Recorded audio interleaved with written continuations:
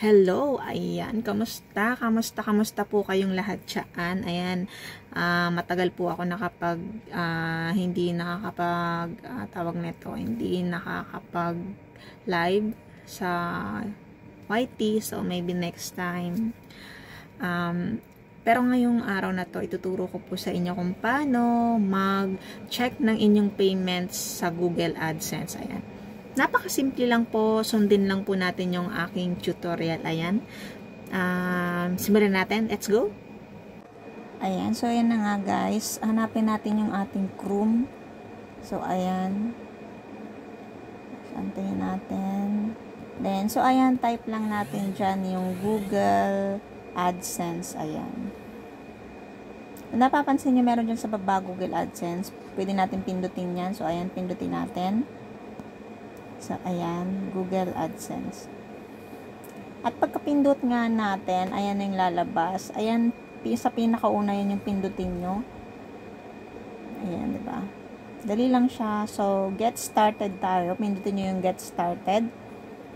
So, ayan, antayin lang natin. Then, may lalabas dyan na account. Hanapin nyo yung, piliin nyo yung account dyan na ginamit nyo sa pag-sign in. So, ayan. Na-click na natin. So, eto na yung lalabas. Ayan. So, pindutin natin yung tatlong guhit sa taas, yung may arrow. Ayan. Tatlong guhit sa taas. So, ito na yung lalabas niya. Hanapin natin yung ating payments. So, pindutin natin yung payments. Then, pagkapindot ng payments, may payments info dyan. Payments info, ayan. Pindutin natin yon. So, pindutin natin yung maliit na arrow. Ayan. Doon tayo sa Philippines, US dollar. So, ito na yung lalabas, guys. Ayan.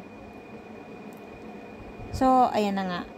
At dahil konti pa lang yung ating na-earn, kasi hindi ako nagla-live, ayan. Ayan yung mga updates sa inyong mga transaction, sa mga dollar nyo na na-receive. So, ayan, pag napuno nyo yan 100, tsaka nyo na ma-withdraw yung pera nyo. So, ako kasi 12.07